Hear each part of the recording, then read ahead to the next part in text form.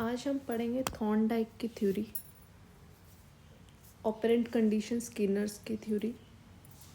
HTET हो या CTET हो, इनमें से क्वेश्चन आता ही है।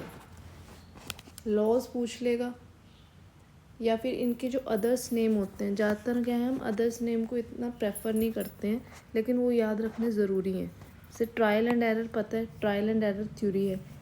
एसआर थ्योरी भी बोलते हैं, इस नाम से पूछ सकते हैं। कनेक्शनिज़म थ्योरी भी पूछ सकते हैं, एक बार आया भी हुआ है कनेक्शनिज़म थ्योरी के नाम से, क्योंकि इन्होंने ही सबसे पहले स्टिमुलस और रिस्पॉन्स के बीच में कनेक्शन बताया था कि ये एक दूसरे से संबंधित है। स्टिमुलस और रिस्पॉन्स, उद्दीपन और प्रतिक्रिया एक दूसरे से संबंधित है, सबसे पहले इन्होंने ही बताया था। कनेक्शनिज्म थ्योरी इसलिए बोला जाता है। व्यवहारवादी हैं थॉर्नडाइक, तो हेरिडिटी या जीन्स को ये इतना इम्पोर्टेंस नहीं देते। ये मानते हैं कि अगर हमें कोई काम करना है, कोई टास्क करना है, तो उसमें उसको हमें बार बार करने से अभ्यास में लाना होगा, व्यवहार में लाना होगा उसको, मतलब आदत डालने पर जोर देते हैं।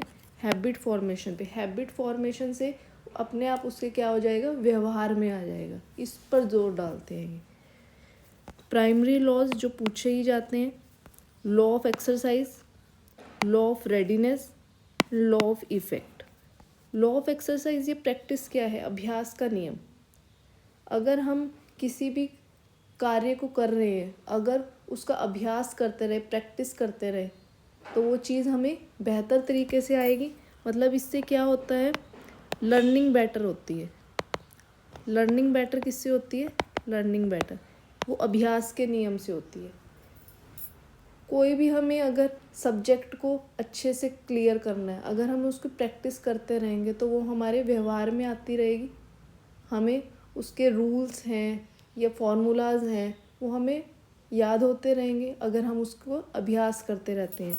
उसी में ही आ गया लॉ ऑफ यूज़ या law of disuse. Law of use यही बात है कि अगर हम उसको कंटिन्यू करते जा रहे हैं, कंटिन्यू अगर हम उस चीज़ के टच में हैं, अगर हम पढ़ रहे हैं प्रॉपर कंटिन्यू, तो वो हमें याद रहता है, रिमेंबर रहता है। और कोई लॉ ऑफ डिसयूज़, बहुत लंबे समय तक हमने उसको पढ़ा नहीं है या रूल्स हम क्या करते हैं, हम भूल जाते हैं।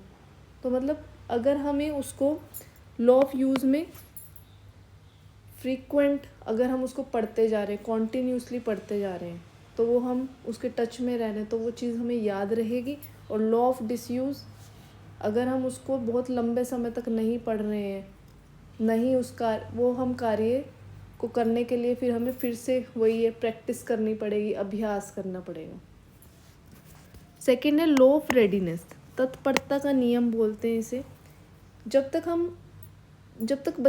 तक व्यक्ति खुद तैयार नहीं है कुछ काम को करने के लिए, कुछ सीखने के लिए, तब तक उसे कोई नहीं सिखा सकता है, कोई भी नहीं सिखा सकता है। इमोशनली, फिजिकली, मेंटली प्रिपेयर होना चाहिए व्यक्ति, तभी वो कार्य कर सकता है। थर्ड है लॉ ऑफ इफेक्ट, प्रभाव का नियम। अब प्रभाव भी किस किस तरीके से पड़ता है, तो पॉजिटिव इफेक्ट पड़ सकता है और एक पड़ सकता है नेगेटिव इफेक्ट। पॉजिटिव इफेक्ट कैसे पड़ेगा, अगर हम किसी कार्य को करने से पॉजिटिव प्रभाव पड़ा है, मतलब हमें कोई भी कार्य करते हैं, हमें फील हो जाता है कि हाँ इससे हमें अच्छा, ये अच्छे तरीके से हो रहा है, हमें बेटर लग रहा है ये, तो हम फिर उसको आगे फिर से कंटिन्यू करेंगे, फिर हमें उसका मन करेगा उस कार्य को करने के लिए। और अगर नेगेटिव इफेक्ट पड़ा है तो वो काम हम नहीं करेंगे। तो ये इफेक्ट था। आगे है सेकेंडरी लॉज। सेकेंडरी लॉज वैसे पूछता नहीं है इतना, प्राइमरी लॉज पूछते हैं, लेकिन हमें फिर भी इनके नेम्स पता होने चाहिए, क्योंकि क्या हो सकता है कि मान लो 3 नेम्स सेकेंडरी लॉज के दे दे, एक अलग दे दे, तो हमें मतलब नेम तो इनके याद रखने ही होंगे। Law of primacy, law of recency, law of intensity of stimulus, law of attitude, law of multiple response, response by analogy, associative shifting, partial activity. अब इसमें सबसे इम्पोर्टेंट जो है लॉ ये है एनालॉजी वाला। एनालॉजी मीन्स क्या है कि अगर प्रीवियस नॉलेज है हमें किसी काम, और अब हम जो काम कर रहे हैं उसमें हमारी प्रीवियस नॉलेज काम आ रही है, उससे रिलेटेड हेल्पफुल होगी ना फिर वो। अगर हम अब वो जो काम कर रहे हैं तो वैसे ही हमें पीछे वाला ज्ञान हमारा उस कार्य को करने में यूज़ हो रहा है, हेल्पफुल हो रहा है, तो ये है रिस्पॉन्स बाय एनालॉजी। नेक्स्ट है operant conditioning which was given by B.F. Skinner. इस नाम से भी पूछा जाता है इसको, इंस्ट्रूमेंटल के नाम से। रेनफोर्समेंट का जो कॉन्सेप्ट है वो इन्होंने दिया था, पुनर्बलन का। एक्सपेरिमेंट इन्होंने रैट पे किया था। रेनफोर्समेंट भी 2 टाइप्स का होता है, एक तो कॉन्टीन्यूस होता है और एक होता है पार्शियल।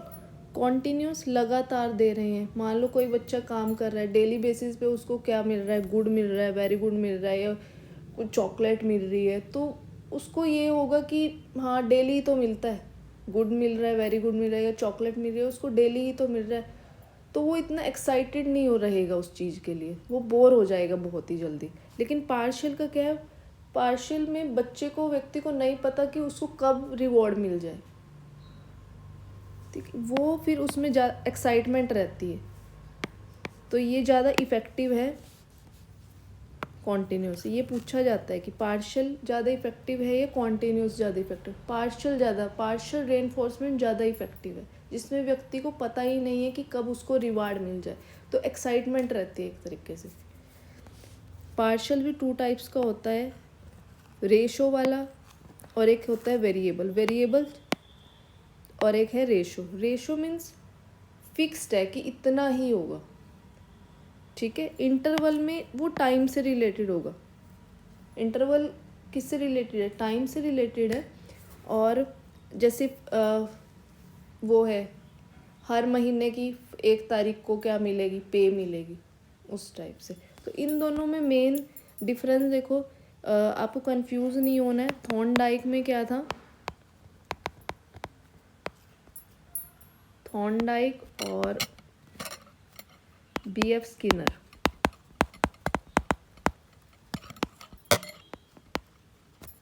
थॉर्नडाइक की थी SR थ्योरी और ये थी RS थ्योरी, इस टाइप से भी पूछ सकते हैं। और इनके अदर नेम याद होने चाहिए आपको। और क्या बोलते हैं इसको, कनेक्शनिज्म थ्योरी, और इसको बोलते हैं इंस्ट्रूमेंटल।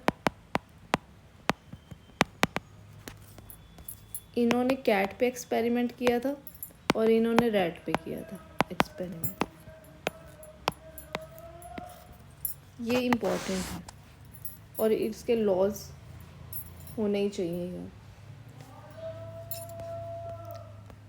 ओके, इस तरह से हम और वीडियोस भी करते रहेंगे। आप बताएं कि नेक्स्ट आपको किस थ्योरी से रिलेटेड आपको समझाना है, कौन सी वीडियो लेकर आएँ। अगर आपको अच्छी लगी हो तो प्लीज़ लाइक करें, सब्सक्राइब करें। Thank you.